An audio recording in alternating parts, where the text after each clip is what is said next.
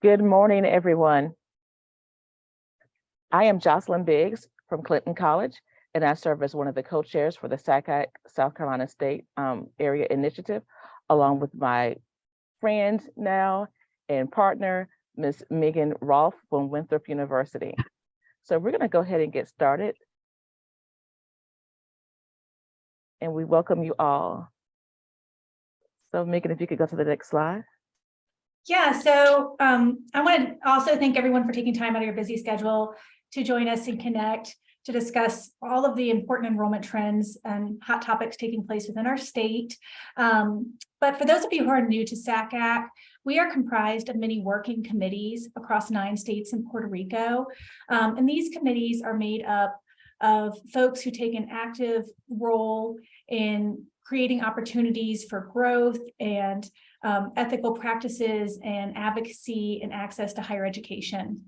But really within this, within all of these committees, we are looking for new members to get involved, and there's lots of opportunities, whether you want to serve on the board, whether you would like to become a state chair, or if you just want to volunteer and serve as a member of one of these committees. So one of the easiest ways, if you'd like to become more involved in SACAC, is to fill out the volunteer form available on the website, and you're able to even indicate the areas that you're most interested in getting more involved with. But some upcoming events that I kind of want to highlight that are taking place really in our region and some within our own state. We have summer seminar. For those of you who have never taken part in summer seminar, that will be taking place at UNC Charlotte this summer, July 16th through 19th.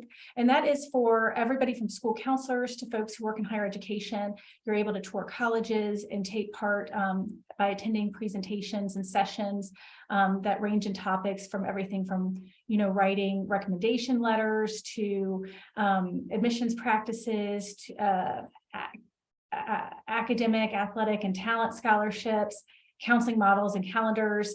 So summer seminar is something that if you haven't had a chance to attend, I highly encourage you to try to do so this summer. Dry Run, which takes place in South Carolina at College of Charleston. That is an amazing event. I attended Dry Run many years ago at Vanderbilt, and I made a lot of great connections and relationships that I still have to this day. It's really wonderful for new professionals in their first year or two in higher education to kind of, learn some tips and tricks from seasoned road warriors on what to expect when they go out to attend fairs and to visit high schools, to understand the bigger picture of admissions and the enrollment funnel, become an effective territory manager, and so on. So if you're looking for some great training for some new hires, Dry Run is a great place to start. The Sweet Tea Tour registration for this will open up in February.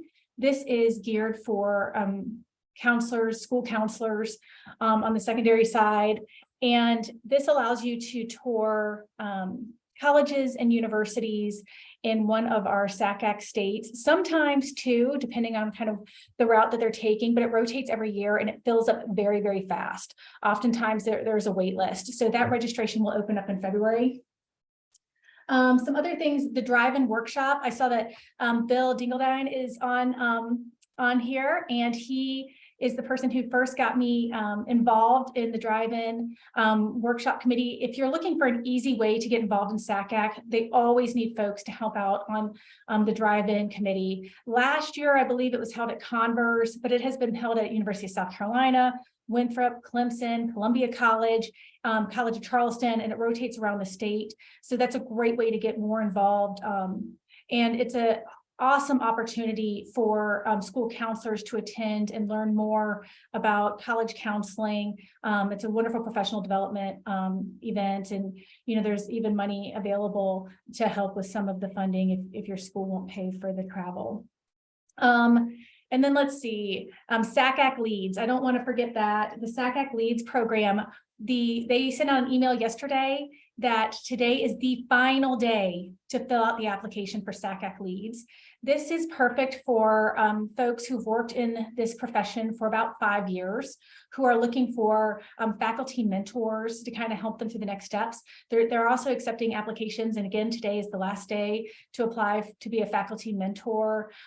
They're really looking for faculty mentors to have at least 10 years of experience to kind of be able to help guide folks who are, not new to the profession, but definitely could use some additional, what would you say, Bartley?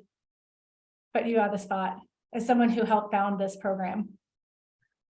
Yeah, so participants in SACAC leads are really kind of seasoned professionals in the sense that they have at least 5 years experience, but are looking for that next step, like you said, to maybe they've already been on a committee but want to look to lead a committee or be on the board. And then faculty, again, tend to have at least 10 years of experience and maybe have been on the board or have been a long time admission professional or high school professional, of course, or been involved in SACAC. So I'll post a link in the chat that gives a little bit more information.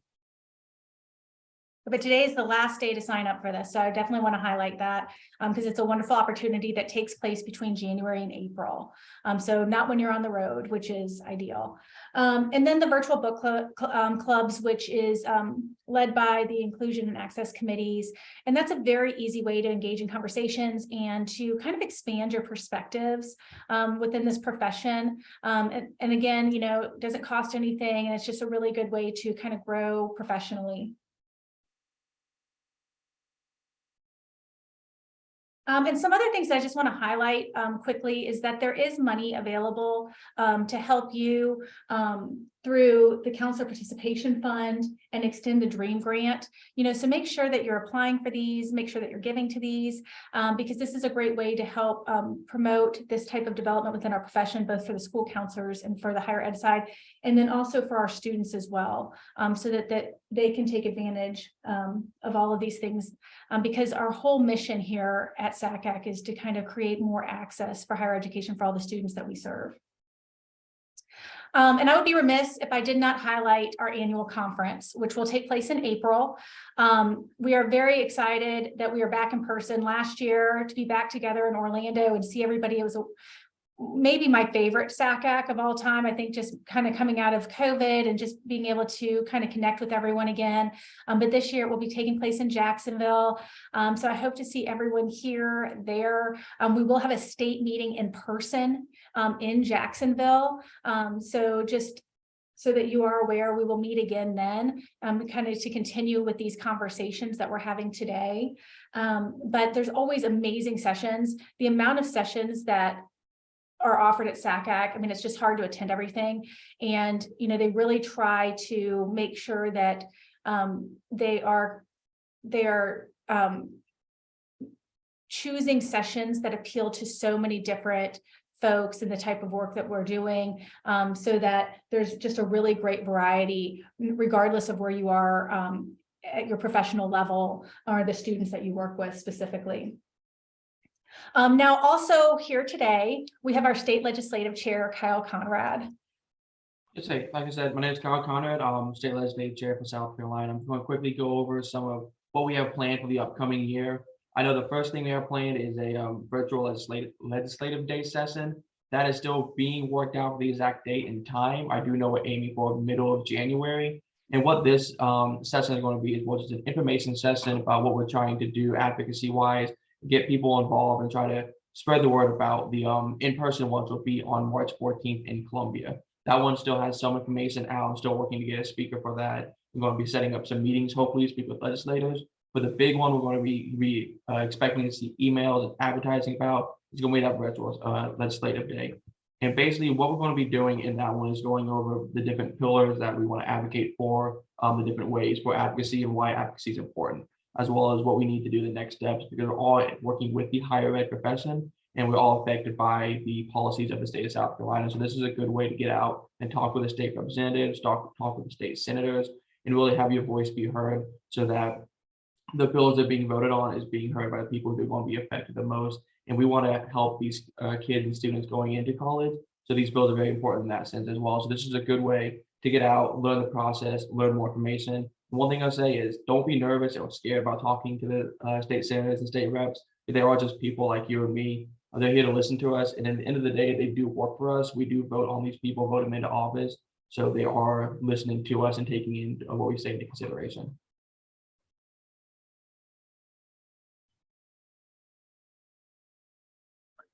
Thank you, Kyle. Next, it is my pleasure to present our presenter, Dr. Keyana Scales. Keyana has over 20 years of professional experience in the areas of admissions, recruitment, scholarship, and financial aid.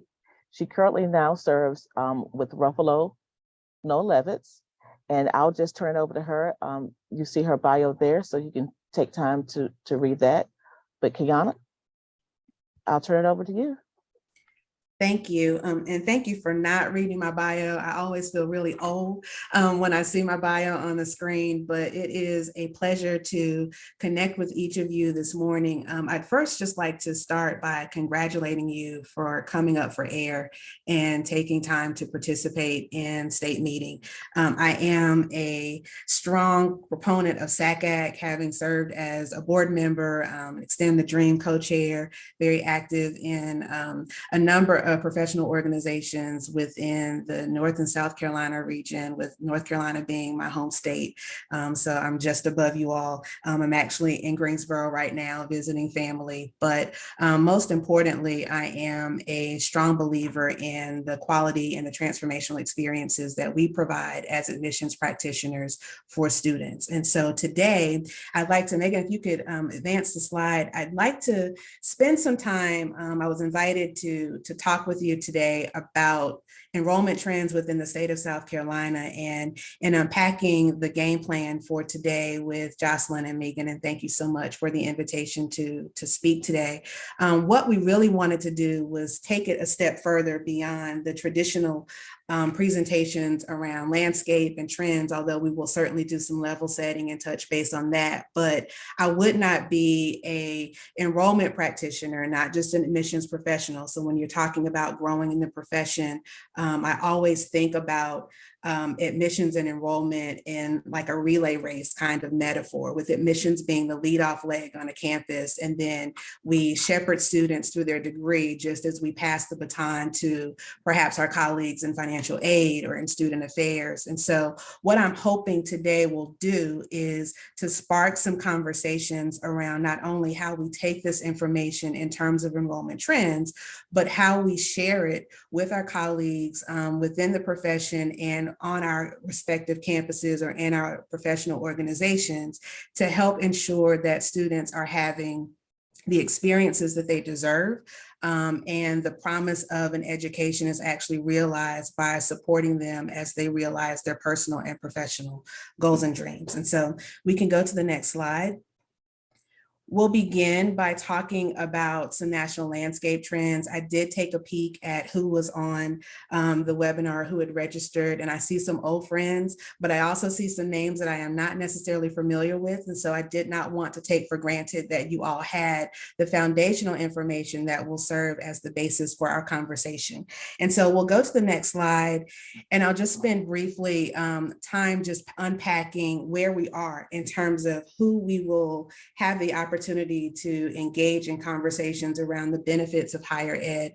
What you see on the screen is a screen grab from WICHE, which is the Western Interstate Commission of Higher Education, which really is the admissions Bible if you're trying to understand who you will have the opportunity to connect with now as you are building and unpacking not only your admission strategies, but if you are on the independent counselor side or the high school side, who is showing up in your classrooms, in your offices, and most importantly, who you have the opportunity to engage with. And so what this slide tells you is that we are actually enjoying an upward trajectory in terms of the number of students that are preparing to graduate from high school but we will soon enter what has been coined by many admissions practitioners and pundits as the demographic cliff. And so what that means is, if you think about what happened in 2008, and you think about the economic recession that perhaps you are familiar with, one of the first things that people stop doing when you're trying to save money is you stop having kids, you stop procreating. And so what we are seeing now is the remnants or the manifestation of a decline in birth rate. And so what that means for admissions practitioners is you just have a fewer number of people projected to have a pulse, meaning there are fewer people that you will be able to even engage in conversation with around the importance of college, much less using your institutions, if you are on the college admission side, as opportunities to enter into a student's choice set. And I define choice set as really the list of schools that a student is considering when they are preparing for the college admissions process. So we'll go to the next slide.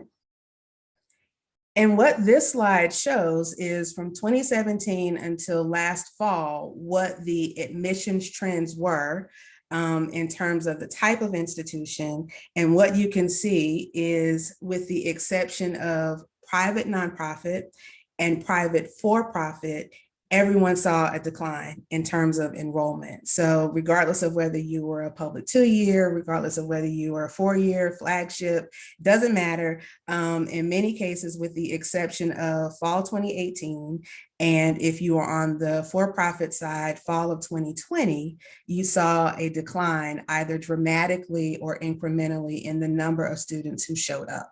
So what does that mean? That really means that we have some work to do in terms of providing information about the value of a college education. So if you think about headlines that you've seen, I am a Yahoo user. So one of the things that I do after I read the Chronicle and Inside Higher Ed and diverse issues, part of my daily routine is, I will admit, I go to Instagram, I look at blogs to kind of do brainless thinking, but I also look to see what is making national news.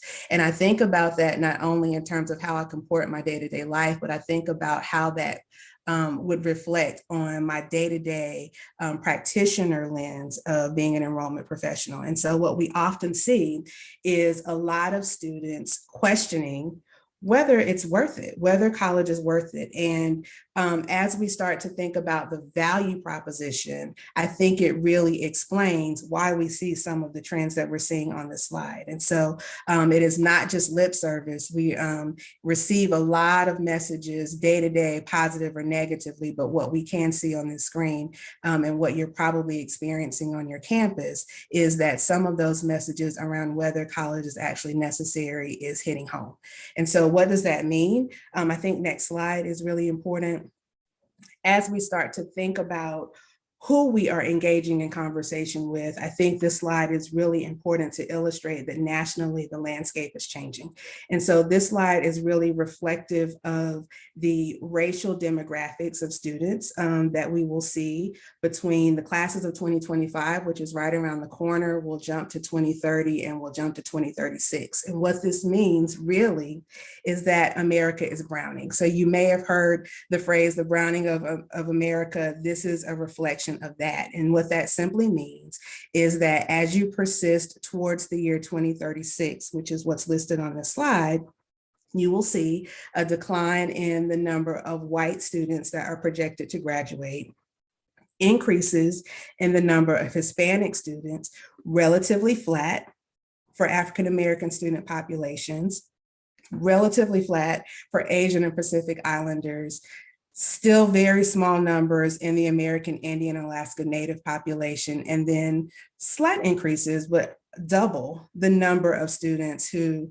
identify as multiracial. And so what that means from a practitioner standpoint is We really need to be thinking about how we are communicating, what matters to these populations, whether or not you are able to identify with their needs and meet them where they are, not only if you are preparing to manage conversations around whether college is important, but also which college will really support students, again, not just to their freshman year, but the goal is to shepherd them to degree completion. And so when we go to the next slide, that's level setting at the national level, but I was asked to come and speak to you about South Carolina specifically. And so I did take a moment to really grab some data around South Carolina. So we'll go to the next slide, and I'll walk you through what this means. And so when you look at it at first glance, it just looks like a bunch of squares. But if you layer this with the visual of a United States map, then that will show how these boxes are kind of organized. And this just reflects the number of students, again, pulled by WICHE, the number of students that are projected to graduate by state. Now, if you are on the college admission side, so you didn't hear my bio, but I've spent 2 decades in college admissions and recruitment, and then transitioning into enrollment management, which requires me to have a bit of a broader lens.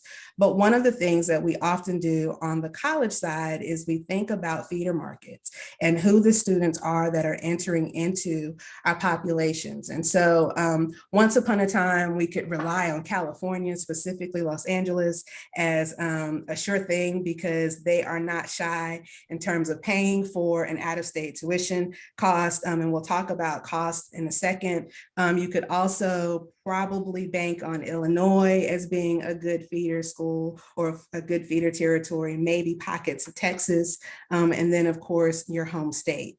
But if you unpack this map, what you're seeing is California is not likely to be a source, with a decline anticipated of 15%.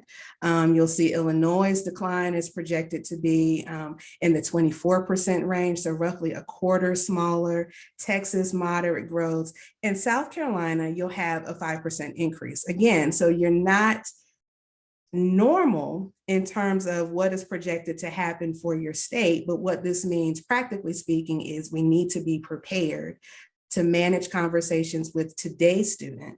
So as demographics are shifting, what we also know, and not just because of COVID, but students today are very different than who they were 10 years ago, 5 years ago, or even last year. And so really helping you, the goal of this slide was to really help you to understand where the opportunities rest in terms of building your college admissions funnel, if you're on the college side, but also helping you to understand, if you are an independent counselor or a school counselor, who your students may have as a part of their peer group, should they choose to remain in the state or exit the state.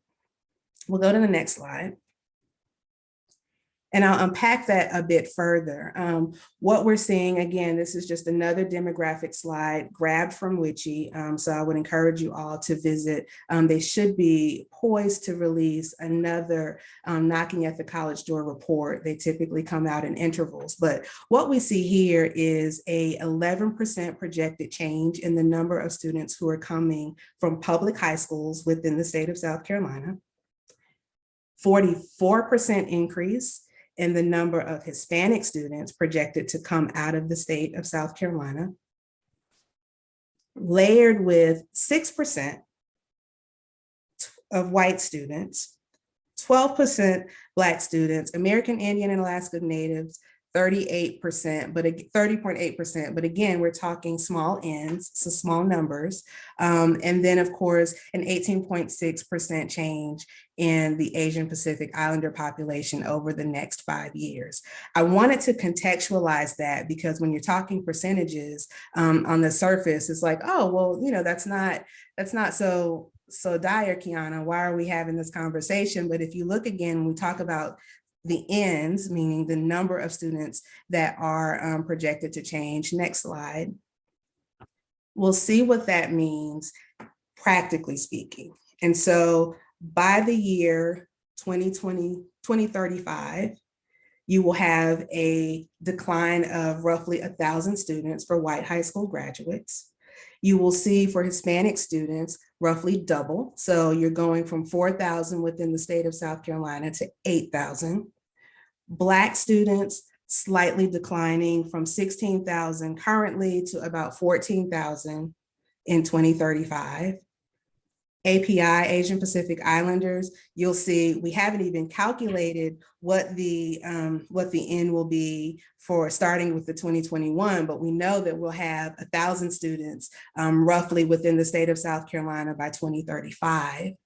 And then again, as we're talking about multiracial students, you're going from 2,000 to 3,000. And I mentioned earlier, the very small end of American Indian and Alaskan Natives with 130. So that no K is intentional. You're talking 130 students to be recruited. And so when you're thinking about what happens with, now that we know who we're talking to, how we begin to manage conversations around college, one of the things that commonly comes to mind is cost, right? So you cannot necessarily, and again, when we're talking about this concept of the relay race with admissions getting students very excited about what life could be like on your respective campuses, or school counselors engaging in how to create this roadmap to professional and personal success that often includes some type of post-educational experience. One of the major concerns that we know are top of mind for students and their families is what? How we pay for it, right? So next slide. We'll spend some time really talking about financial landscapes. And what I will say, just anecdotally, as well as using data to support my comments, is it's very tough to get a South Carolina student out of South Carolina because of the number of financial options that you have relative to state support. And so I think if you're talking about what that means from a college admissions standpoint, at least from a public college admissions perspective, it is it's less of an uphill battle. It's challenge. What we do as admissions practitioners is certainly not easy. It gets harder every day to articulate the benefits and the key differentiators of our respective campuses. But we start with bottom line, which is when parents start pushing glasses on noses and when students start to kind of glaze over. But what we also know is that students are becoming increasingly more consumer savvy. And so they are very much aware of the bottom line, what net price will look like for not only them, but also their families. And so when we enter into the next slide, what we'll see nationally is the trend in terms of when perhaps some of us were considering entering into higher ed space relative to the students that we are engaging in conversation in terms of how much the cost of a 4-year education will be. And so the top line, of course, is private 4 years. It has literally doubled since the 1990s, the early 1990s, going from $19,360 to on average $38,070, which is mind-blowing for 1 year of education. We also see, if you could scroll up just a tad, the second line, go back one slide. Thank you. So the second is literally the 4-year trend, and we see that cost also more than doubling. So when we were entering into, and I say we because I entered college in the 90s, but when we entered, the cost of a public education was roughly $4,000 versus $10,000 in the 2021-22 academic year. And we can't leave out our public 2-year friends who have also seen, although moderately speaking, when compared to 4-year institutions, they've also seen an increase. And so when you're talking about increases in cost of education, but not reciprocal increases in earning potential, as you can imagine, making the business case as to whether or not post-secondary educational experiences is an affordable and viable option becomes critical. So now we'll go to the next slide, which is reflective of what I mentioned earlier in terms of how South Carolina is positioned relative to other states in terms of the amount of funding that is state supported available to assist students with funding their education. And so you have the benefit of things like the Life and the Palmetto and the Hope scholarships that could serve as a way to defray out-of-pocket costs for many students who are considering educational opportunities within your state. You can see that the average state support is roughly $930. But when you layer that with what South Carolina state support looks like, you're in the $2,300 to $2,400 range. That's still not a lot when you're thinking about the very dramatic increases in terms of trends that we're seeing for students who are interested in pursuing post-secondary education, but it is certainly something that is well positioning institutions of higher ed within the state relative to other states where students may think to enter into educational experiences. And so what that means when you're talking about, and I'll go back to Kyle's statements around advocacy. So there are a couple of things that I think are really important to highlight when you are engaging in conversations with your legislature. Number one is, do you understand the amount of support that you're providing, although certainly better than most states, but what that means in terms of a student's bottom line? And so there are opportunities to advocate for things like double Pell Grant. There are opportunities to advocate for additional state subsidies to help students who may not necessarily be from the most affluent families to enjoy the college promise, and then certainly give back to the state of South Carolina economically once they have earned or increased their earning potential by way of a college education. But these are all tools that you can certainly use, and I'm certain that you can actually use practical examples of students and families with whom you engage on a day-to-day basis on what increased funding at the state and the national level can truly mean in terms of assisting students with the attaining of the American dream, which is partly a college education. And so I would be remiss if I didn't support the efforts to do some legislative conversations or support your legislative conversations if I didn't highlight that information. All right, so all of that is background information for really what I want to get into, which is the so what. Okay, so we know that students are going to dramatically decrease in volume. We know that the composition of our student body is also going to change. We know that it is going to cost them more to engage in the educational experiences that we offer. So what do we do about it? And the next slide is really segueing into what I hope to be an engaging conversation as much as we can with 47 of our closest friends on the screen, but really having conversations about what this means practically for us in our day-to-day settings. And so when we go to the next slide, I wanted to just really provide to you what the current landscape says in terms of the actual N, so the number of high school seniors that came out of South Carolina this past year and where they enrolled. So I don't know if we have anyone from Flagship, USC, or Clemson on the call. Perhaps we have Midlands Tech, Trident Tech, and Greenville Tech, but I think this is very much reflective of who your competition may be. If you are on the higher ed side, and conversations with your students and your families, if you are on the high school side, in terms of number one, the number of students that chose to pursue college. So I'll just unpack the slide a little bit. 53,000 students graduated from high schools in South Carolina. 40,000 of them chose to pursue a post-secondary education opportunity. 5,800 of them chose to leave the state. So you're retaining roughly 90% of the students. And we've talked about some of the reasons why that might be the case.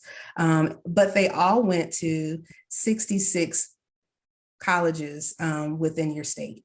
And so I think that provides some opportunities for those of you who are not feeling the love from your high school graduates to really start to think about how you can make your campuses more attractive, again, if you are on the higher ed side, or how you can facilitate conversations to support what fit looks like if you are on the independent or the high school side, and to really help students to think through critically what fit actually means.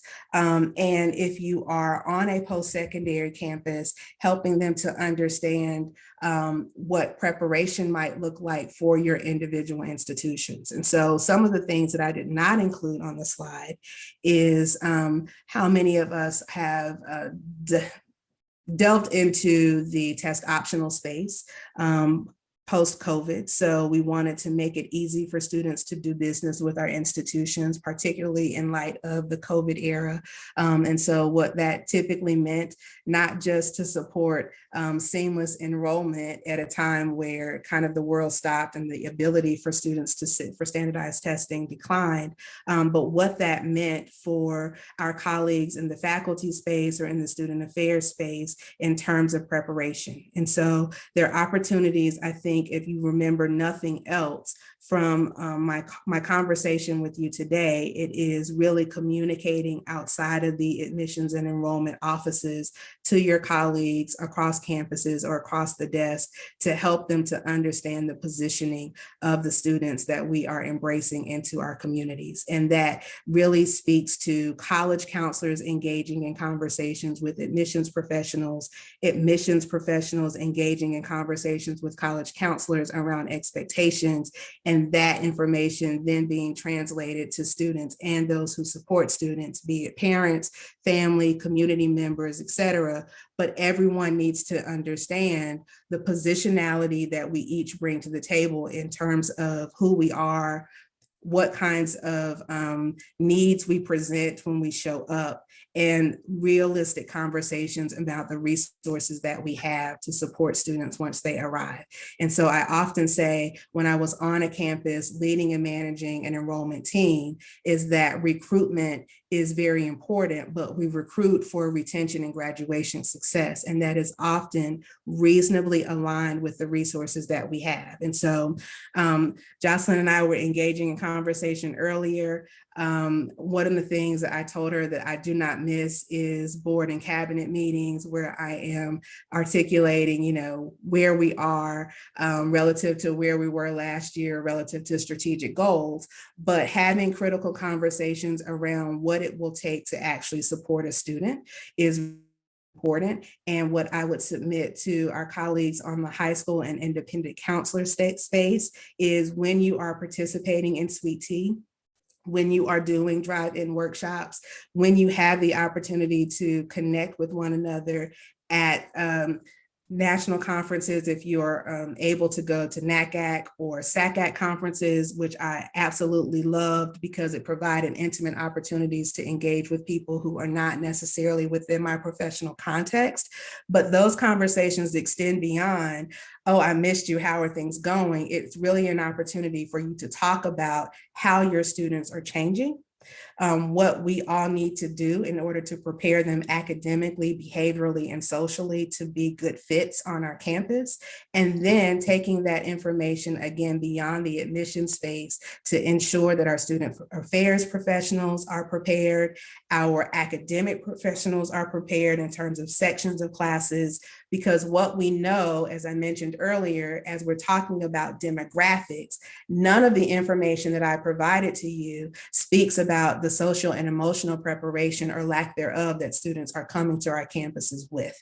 And so if you go to the next slide, this is really an opportunity to begin charting this course or building your roadmap in terms of how you will support students. And let's talk about, first and foremost, next slide, is how students are receiving information.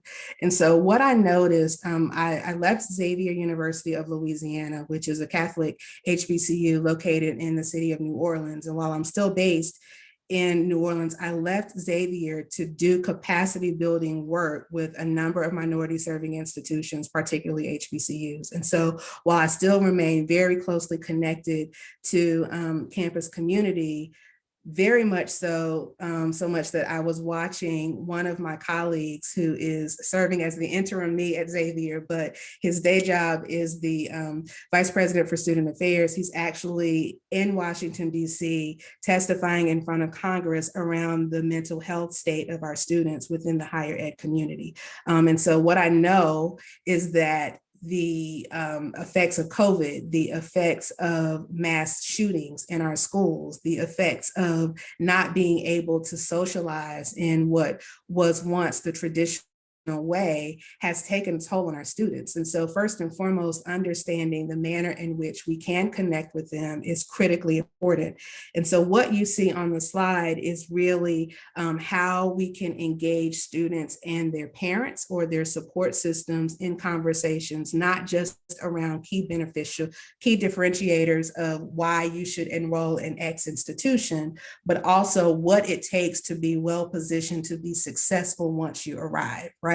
So many years ago, we would talk about parental environment or involvement and kind of roll our eyes. And we would talk about helicopter parents, or when I was in Minnesota, we would talk about snowplow parents, but all of it was around just being really intrusive. And could you back off and you're pushy? And the answer is absolutely not.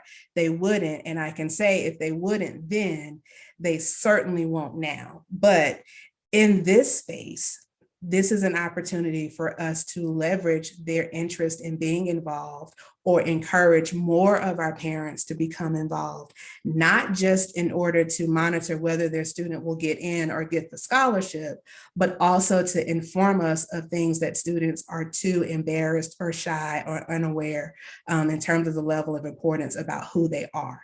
And so what I mean by that is what I often saw, regardless of the institution that I worked for, is that students were very hesitant to leverage support resources that they needed to be successful in their high school environments. For some reason, the shift from secondary to post-secondary education was often a time to kind of shed those support resources and I can do it on my own. So this concept of what it means to be a functioning adult sometimes translated to I no longer need the support of a therapist, or I no longer need my IEP or accommodations that have often served me well to be successful academically. But it is not until they reach crisis point where they are no longer successful, they are no longer able, because of the inability to practice communication skills given COVID in our lockdown environment, or sometimes gaps in instructional time, or sometimes gaps in social time. The withdrawing of students to communicate has really taken its toll, not only in how the engagement process works and the ability to build connections on our campus, but also the ability to articulate what it is that you need before it becomes a crisis point. And so on the screen, you'll see this slide was actually created to support admissions professionals in terms of how they should communicate with students in the recruitment space. But I would submit that this is also critically important for all practitioners to understand the preferences in terms of communication style, because the goal is to get them through our institutions. And so what attracted them to the institution should not stop. Once they get there, you must continue to communicate with students in a manner in which they have become accustomed to interacting with your environments. And so what that means practically is parents need to understand how they can support students from afar while also facilitating the process of adulthood. Students must understand the expectations in terms of what is required to be successful on our campuses, whether that is we do not offer remediation. And so your ability to have mastery of academic concepts is critical. providing a pathway if your institution is what they've always dreamed of since they can say the word college, providing a roadmap of what that might look like if the traditional pathway is not one that they are able to follow. And then meeting them where they are multiple times. So I begin my conversations talking about all of the different things that I take in before I even start my workday. So I read the Chronicle, I read Diverse Issues, I read Inside Higher Ed, I read the Shade Room, I read the Yahoo feed. So all of these messages that as an adult, I am able to selectively take in. The students that we are serving don't always have that luxury.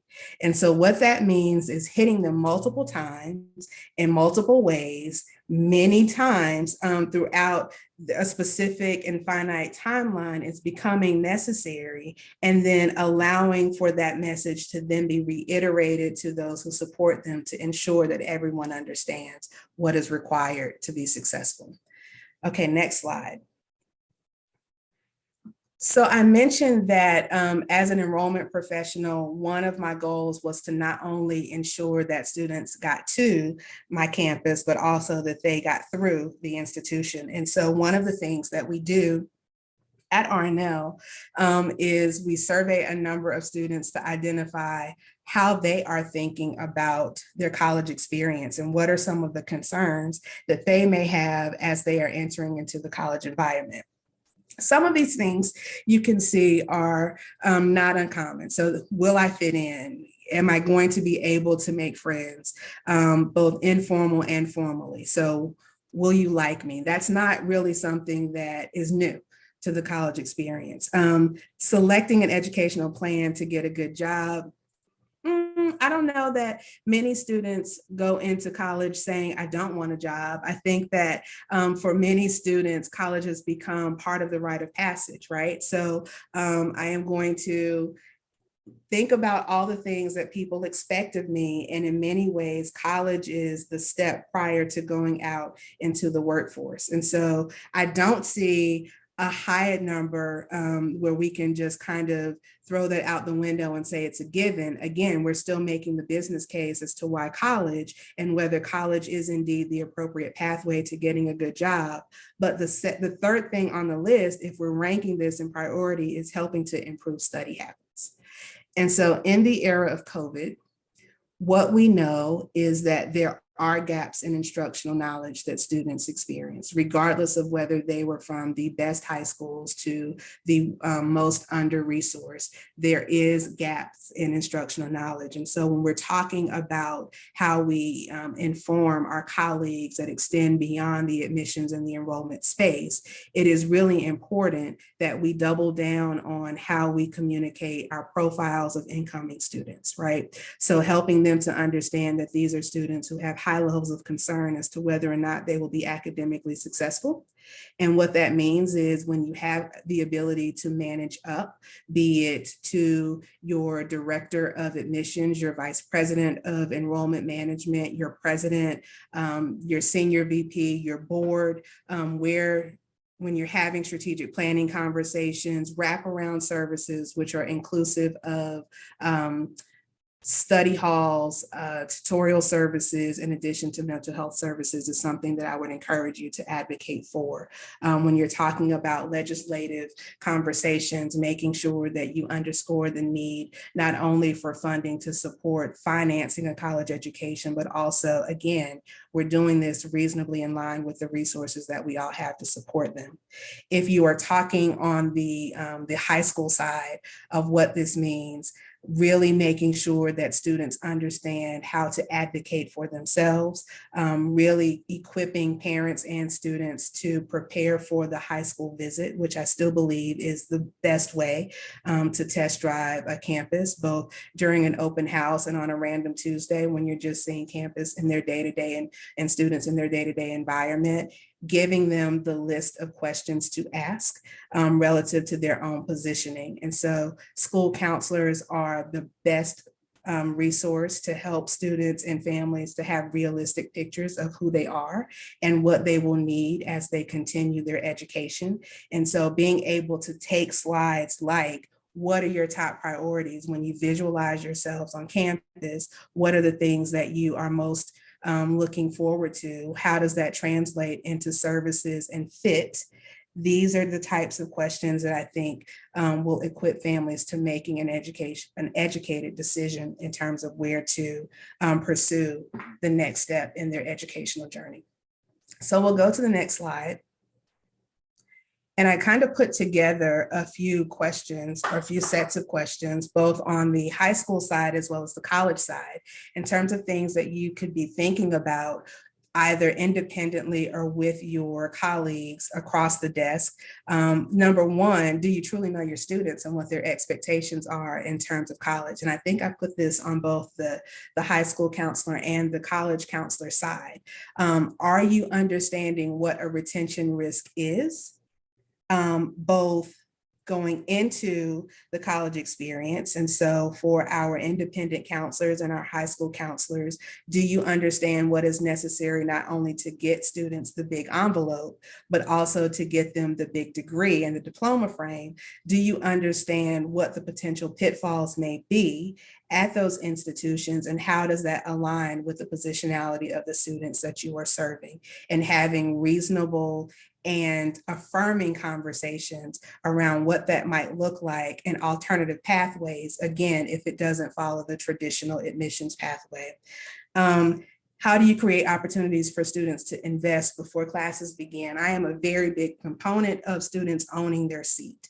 And I would say that every year at new student orientation, that this is a partnership, right? So you've got the school, the university, you've got the support system, but you also have a responsibility as students. And the pathway to adulthood begins with owning your role and what that partnership might look like. So are you equipping students to do the types of things that they need to do in order to own their seat and be successful, even if owning their seat means raising their hands and saying, hey, I need help.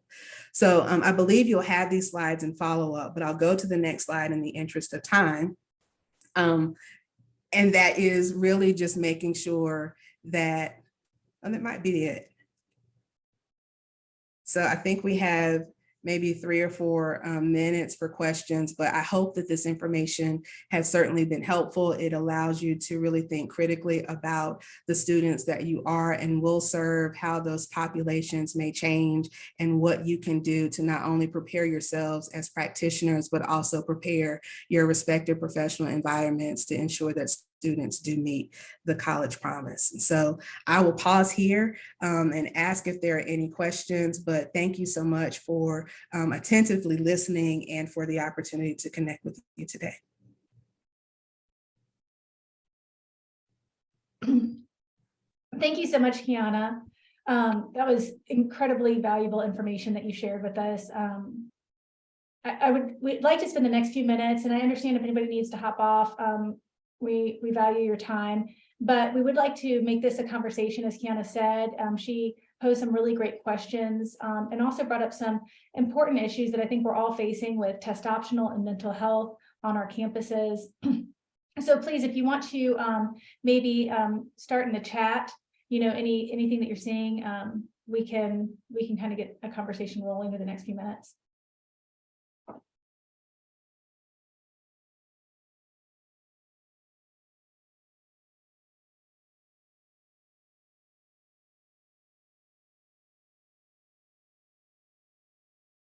I would like to just take a minute and circle back to the test optional piece. Keyana, you brought up an important, you brought up kind of just important, I think, hot topic with not just nationally, but within our state. I mean, most schools now are test optional. We're test optional, and we're seeing increase in applicants, admits, I think, across the board.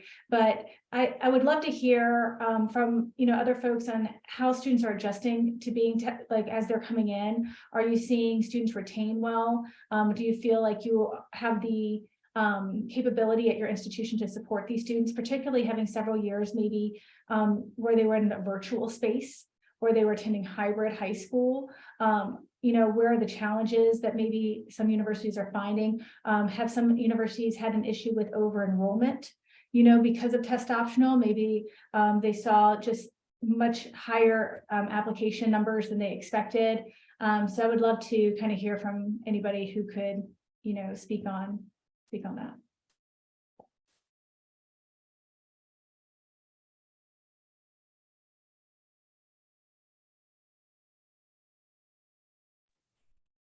I'll disclose what I experienced when I was on campus. We had to pivot to test optional midway through 2020. 2021 was a very strong year in terms of the number of applicants that we received. We had to scramble to think about other ways to screen for preparedness apart from standardized test scores. And one of the things that I did not do, but if I had to do it over again, is to really manage conversations very early on with faculty, to share with them what we were planning to do and to get our arms around planning and how we would, again, identify gaps in knowledge and to think about how to do things like co-requisite courses, really thinking about how we use placement testing to really identify where students are and to meet them. The goal was certainly not to overinflate our enrollment numbers, but rather to provide students with the opportunity to experience a Xavier education, which is where I was prior to joining RNL. But really, again, I cannot stress enough the importance of at least articulating to your provost or academic affairs professionals what test optional truly means in terms of the ability for students to be successful in the classroom. In absence of doing that, you run the risk of not only students performing poorly, but there are financial implications in terms of scholarships and also, most importantly, self-efficacy and belief that college is the right thing for them. And so really being able to be strategic in how you use test optional is something that I would encourage each of you to consider. Yeah, I can say from the mom and me, my daughter's high school let out, and they sent them all home when she was taking pre-calculus. And then the next year she was in AP calculus, which met online primarily.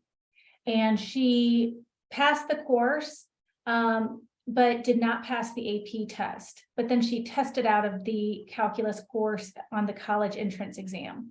And she opted to retake calculus, kind of coming back to what you said, because she didn't feel that she had a strong base of calculus for what the math expectations in her major.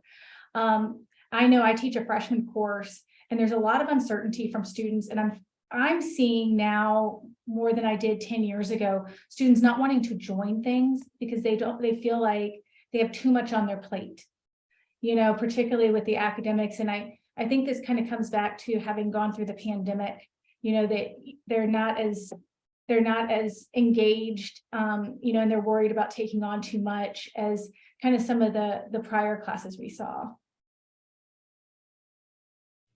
Yeah, and that's just anecdotal. I don't have any data to support that. Sometimes all we have is anecdotal, but you do have professional experience and you're able to compare not only your daughter's experience prior to pandemic, but also what you're seeing on your campus. I think this goes to underscore why doubling down on wraparound services, including tutorial support in the peer space, especially is critical. So students may not necessarily go to a professor's office hours, but they do tend to naturally gravitate to one another. I would prefer that they do that with students who actually know the concept instead of the blind leading the blind. And so having a robust offering of peer tutors and other types of academic support, I think is really important.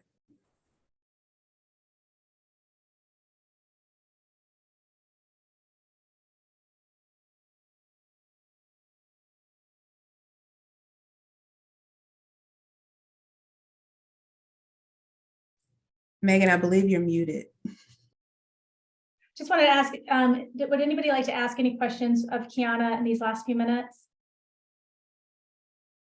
Or of any of our chairs that we have here?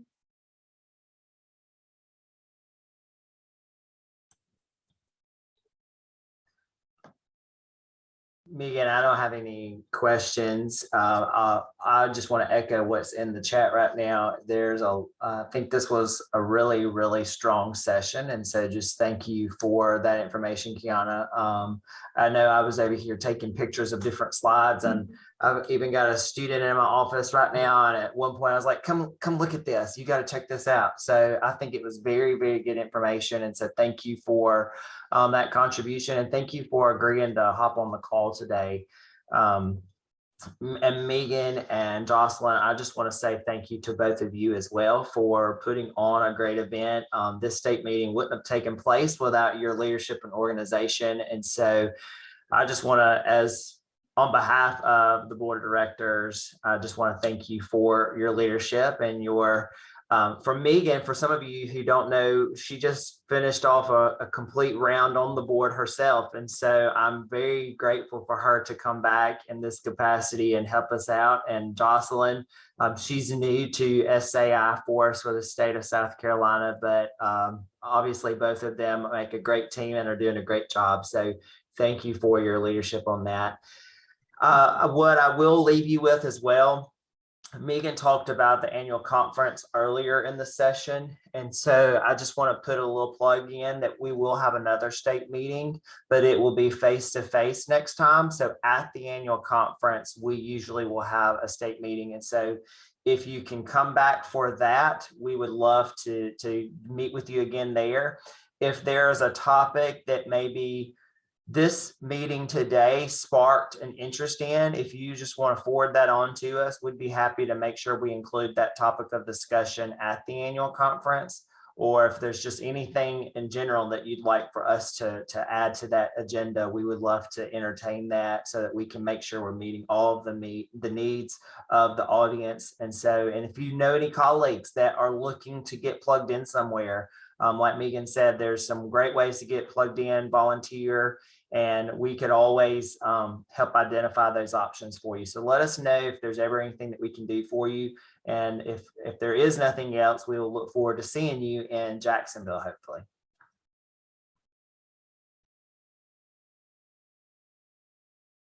Thank you, Cory. Thanks everyone for your time. Thank you so much, Keyana, for this wonderful presentation. Appreciate you. Thank you, Jocelyn, for your organization. You're welcome. And implementation today. And thanks again, Kyle. He has his legislative and advocacy days coming up in the new year, so be on the lookout for that. And again, that is a free event to attend. There's even funding available if your school will not support you traveling there. SACAC can help out with that.